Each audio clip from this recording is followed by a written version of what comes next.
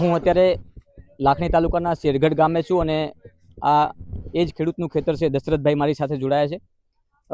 કેટલી આમાં મહેનત કરીએ છીએ, કેટલા રૂપિયાનું રોકાણ કર્યું છે અને જ્યારે આ મગફળીનો પાક લેવાનો વારો આવ્યો ત્યારે મોઢે આવેલો કોળિયો કુદરતે છીનવી લીધો. આપણે દશરથભાઈ સાથે વાત કરશું. દશરથભાઈ, કેટલા વીઘામાં વાવણી કરી? સાહેબ હરી 8 વીઘામાં વાવણી છે અમારી.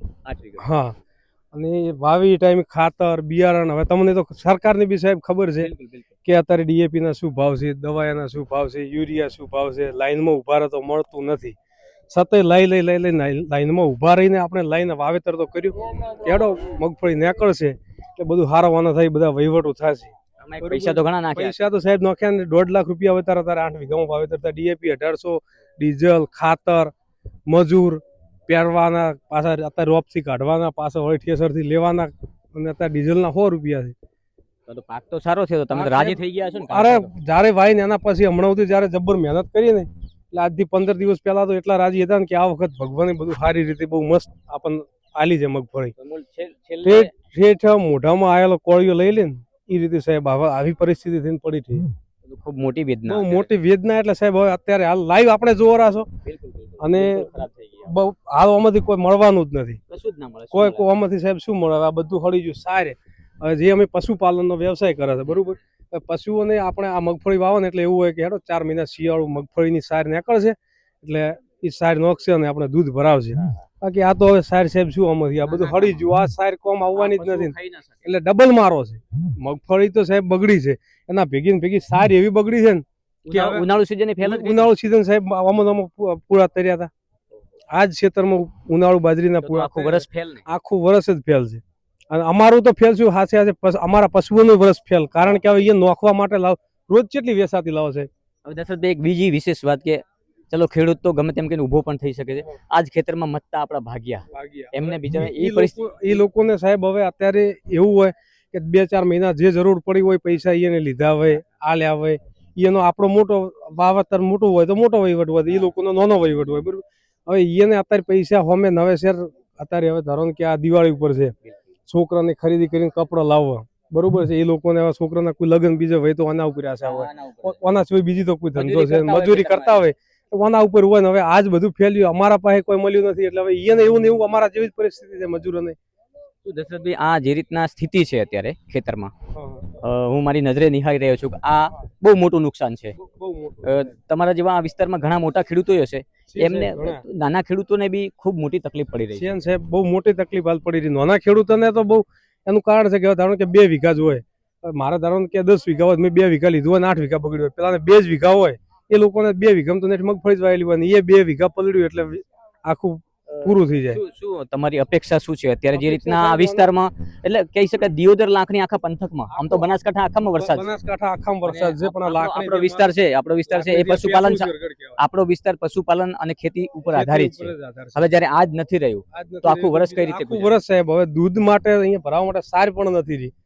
સાર નોખવા પણ જોઈશે ને, એ નથી રહી કે મગફળી નથી રહી. જો સરકાર કોઈ અમારા ઉપર જો તાકે ને કોઈ અમારા હાલવાની કરે તો બરોબર છે, નકે તો આ વખત રોવાનો જ વારો છે આખા પંથકમાં સાહેબ. અને હું તો એવું કહું છું, ચલો હેડો આપના બેનું સરકારને કદાચ એવું લાગતું હોય કે એક ખેતરમાં લોકો ફોટો પાડી લીધો, એક વિડીયો બનાવ્યો, સાહેબ સેટેલાઇટ થી સર્વે કરો ને. બિલકુલ, એ તો સેટેલાઇટ થી સર્વે કરીને તમે સેટેલાઇટ થી સર્વે કરો અથવા તમારા અધિકારીઓ ગ્રાઉન્ડ ઉપર ઉતારો. હા, ગ્રાઉન્ડ ઉપર ઉતારીને એક ક્ષેત્રની તપાસ કરો, સચોટ નિદાન કરીને પછી હાલો. અમારે એવું સાહેબ ભૂખ નથી ખેડૂતને કે તમે અમારે બધું લઈ જ લેવું, અમારે લઈ નથી, પણ જે હકીકત સાચું નુકસાન છે ને એ જ હાલો. બીજું અમે સાહેબ કોઈ માગતા નથી, જે નુકસાન છે એટલું જ હાલો. વધારાનું કોઈ લેવું નથી સરકારનું કે સરકારને બીજું કોઈ કેવું નથી. ભાજપ સરકાર ઉપર સાહેબ વિશ્વાસ હતો તાર તો અમે ખોબલી વોટ આલ્યા છે. અમારી દિયોદર વિધાનસભામાં ભાજપની સીટ છે, કેસાજી ધારાસભ્ય છે, બરોબર છે.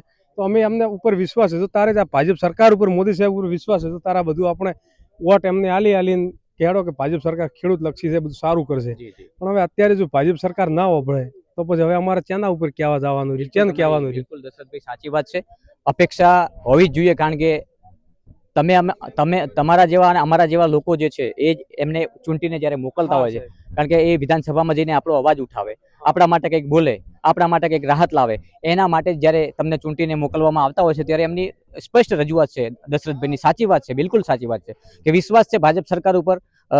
નરેન્દ્ર મોદીને જોઈને એમને જ્યારે મત આપ્યા હોય ત્યારે ચોક્કસથી એ વિશ્વાસ અડગ રહ્યો છે અત્યાર સુધી. પણ અત્યારે જે કપરી પરિસ્થિતિ થઈ છે, અત્યારે જે સામનો કરી રહ્યા છે ખેડૂતો દિયોદર અને લાખણી પંથકના, હું તો કહું છું કે આખા બનાસકાંઠામાં આ જ પરિસ્થિતિ છે.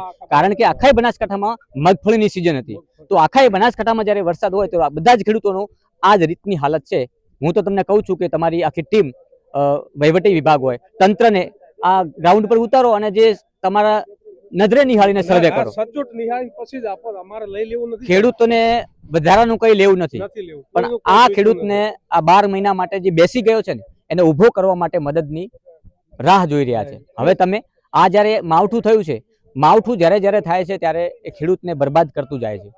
જ્યારે ચોમાસામાં વરસાદ આવતો હોય છે ત્યારે એ વરસાદ ખૂબ વાલો લાગતો હોય છે, પરંતુ અને પાણીની જરૂર છે. વરસાદ આપણા વિસ્તારમાં ભૂગર્ભ જળ ઊંડા છે, પાણીની જરૂર છે, પરંતુ એવા સમય આવે ને તો આ લોકો વધાવવા તૈયાર છે. પરંતુ અત્યારે એટલું પણ કહું છું, બરોબર, કે અમારા તાલુકા ડેલિકેટ હોય, જિલ્લા ડેલિકેટ હોય, એ બધાને ઉતરી જવું પડે ગ્રાઉન્ડ એ ઉપર. બધાને હું તો વિનંતી હાથ જોડીને કરું છું કે તમે પણ મુલાકાત લ્યો. વોટ લેવો હોય ત્યારે તો સાહેબ બધા આવી જ છે, તમને ખબર છે. પણ હવે અત્યારે કોઈક આવશે તો જ કોઈક એને ખબર પડશે. અને અમારો આર્યો પ્રશ્ન વિધાનસભા સુધી પહોંચે એવી રજૂઆત આ મીડિયાના માધ્યમથી કહું છું કે એટલું ધ્યાન દોરી અને પૂરી વળતર ખેડૂતને મળે એવું કંઈક આશા બધાને છે ને. એટલી આશા હાલે તો ભાજપ સરકાર ઉપર વિશ્વાસ છે, એ વિશ્વાસ અમને રહે. બાકી કોઈ સરકાર ઉપર વિશ્વાસ ભાજપ ઉપર મૂકીને તો સરકાર આપણે ચૂંટી છે. જો આવું ને આવું કરશે તો પછી એ વિશ્વાસ કેટલી ઘણા ટકી રહે સાહેબ. બિલકુલ તમારો વિશ્વાસ છે એ અડગ રહેવો જોઈએ, અને એ વિશ્વાસના લીધે જ્યારે અહીંથી ચૂંટીને મોકલ્યા હોય ધારાસભ્ય તરીકે હોય કે વિસ્તારના ડેલિકેટ્સ હોય, જિલ્લા તાલુકા ડેલિકેટ્સ હોય, એ લોકોની એક જવાબદારી હોય છે કે વિસ્તારના લોકોનો અવાજ બનવું. વિસ્તારના લોકોને જ્યારે જ્યારે કપરી પરિસ્થિતિનો સામનો કરવો પડતો હોય ત્યારે ખભે ખભો મિલાવીને એમને ઊભું રહેવું જોઈએ. પરંતુ બદનસીબી છે કે કોઈ ગ્રાઉન્ડ ઉપર ઉતરતું નથી, માત્ર ગાડીઓમાં આવી અને જતા રહે છે નજર કરીને. ક્યારેક જો મોટી અતિવૃષ્ટિ થઈ હોય તો હેલિકોપ્ટર ઉપર ફેરો મારીને જતા રહે છે. પરંતુ એ લોકોની રાજકીય આગેવાની સૌથી મોટી જવાબદારી હોય છે કે તમે ગ્રાઉન્ડ ઉપર ઉતરો, તમે તમારા તંત્રને ઉતારો, તમારા અધિકારીઓને ઉતારો, રિયાલિટી શું છે એ તમે ચેક કરો, પછી તમને યોગ્ય લાગે એ ખેડૂતને તમે સહાય કરજો. પરંતુ અત્યારે સહાય કરીને આ જગતના તાતને બેઠો કરો. નમસ્કાર.